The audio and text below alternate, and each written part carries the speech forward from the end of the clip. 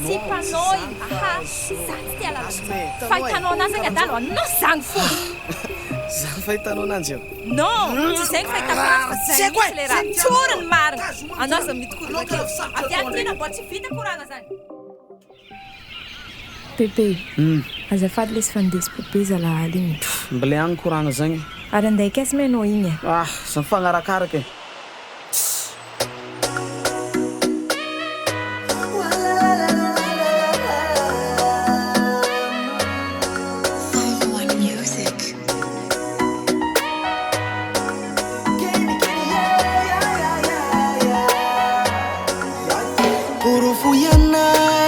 Fa tsy diso safidy zaho nifidy anao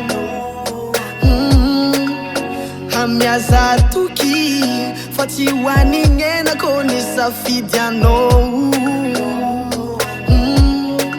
sady atsika rofany fagnaraka tsy fagnarina tsy mifagnaraka matokisa faza tsy vadika sady atsika rofany fagnaraka tsy fagnarina tsy mifagnaraka za matokianao fa anao tsy hivadika mahazo miady fa tsisy misaraka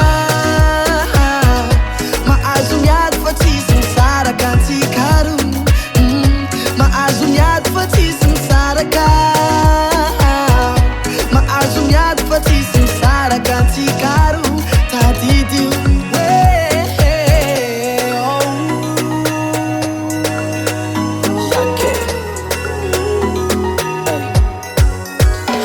Ivoanay fa fitiavanao tsy miovana antsika famaly ampatsahivoko anao fa nabe defo fa ora itiavako anao tsy avoizako anao sady atsika mifagnaraka tsy fagnarina tsy mifagnaraka matokisa faza tsy vadika sady atsika rofany fagnaraka tsy fagnarina tsy mifagnaraka matokisa fanao tsy hivadika mahazo miady fa tsisy misaraka mahazo miady fa tsisy misaraka antsikaro mahazo miady fa tsisy misaraka mahazo miady fa tsisy misaraka antsikaro tadidio mahazo miady fa tsisy misaraka mahazo miady fa tsisy misaraka antsikaro mahazo miady fa tsisy misaraka